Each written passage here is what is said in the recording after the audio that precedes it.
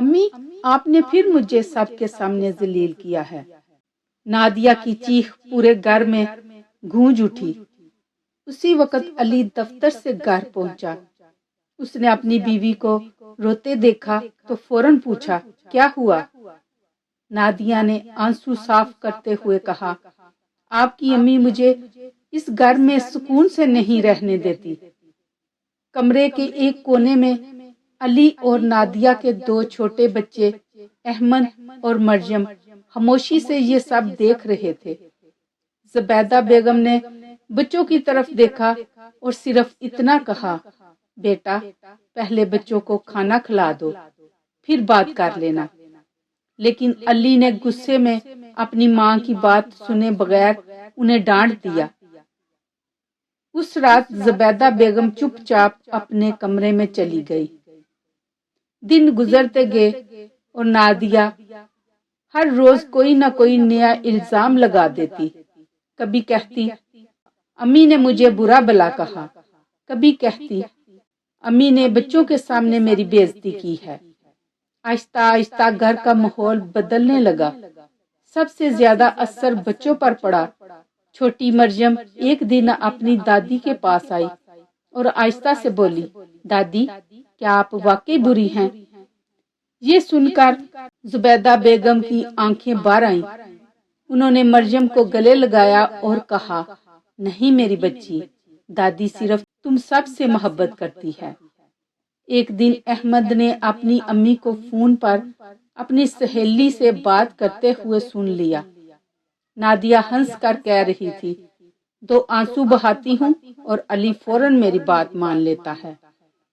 احمد چھوٹا تھا لیکن اتنا ضرور سمجھ گیا کہ کچھ غلط ہو رہا ہے۔ اس نے یہ بات اپنی بہن مریم کو بھی بتائی۔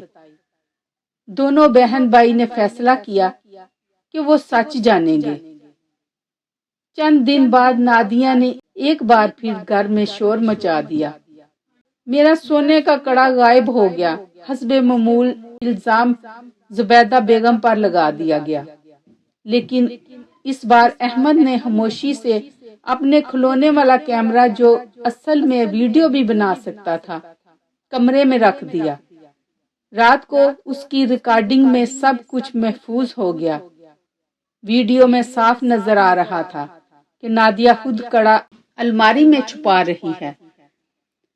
اگلی صبح پورا خاندان ایک جگہ بیٹھا تھا۔ احمد نے معصومیت سے کہا، ابو میں آپ کو ایک چیز دکھانا چاہتا ہوں۔ سب حیران رہ گئے۔ ویڈیو چلتے ہی کمرے میں خاموشی چھا گئی۔ علی کے ہاتھ کانپنے لگے، نادیہ کا چہرہ زرد پڑ گیا اور زبیدہ بیگم کی آنکھوں سے خاموش آنسو بہنے لگے۔ احمد نے روتے ہوئے کہا، ابو دادی کبھی بری نہیں تھی، ہم روز دیکھتے تھے کہ وہ ہمارے لیے دعا کرتی ہیں، ہمارے کپڑے تیار کرتی ہیں، ہمارے پسندیدہ کھانے بناتی ہیں۔ چھوٹی مریم بھی بول پڑی، ہمیں اپنی دادی واپس چاہیے، گھر میں پہلے جیسی ہنسی واپس چاہیے۔ بچوں کی یہ بات سن کر نادیہ کا دل کانپ اٹھا۔ وہ زبیدہ بیگم کے قدموں میں بیٹھ گئی اور بولی، امی میں نے صرف آپ کو نہیں اپنے بچوں کو بھی غلط سبق دیا، مجھے معاف کر دیں۔ زبیدہ بیگم نے اسے اٹھایا، گلے لگایا اور کہا، بچے وہی سیکھتے ہیں جو گھر میں دیکھتے ہیں۔ آج سے ہم انہیں محبت، عزت اور سچائی سکھائیں گے۔ اس دن کے بعد گھر کا ماحول بدل گیا۔ احمد اور مریم پھر سے اپنی دادی کے ساتھ ہنستے، کہانیاں سنتے اور ہر شام ان کے ساتھ دعا کرتے۔ گھر میں سکون واپس آ گیا کیونکہ اس گھر کے سب سے معصوم افراد بچوں نے سچ سامنے لانے میں اہم کردار ادا کیا۔ بچے صرف باتیں نہیں سنتے، وہ ہر رویہ سیکھتے ہیں۔ اگر گھر میں احترام، سچائی اور محبت ہوگی تو وہی ان کی شخصیت کا حصہ بنے گی، اور اگر جھوٹ اور نفرت ہوگی تو اس کا اثر بھی سب سے پہلے بچوں پر ہوگا۔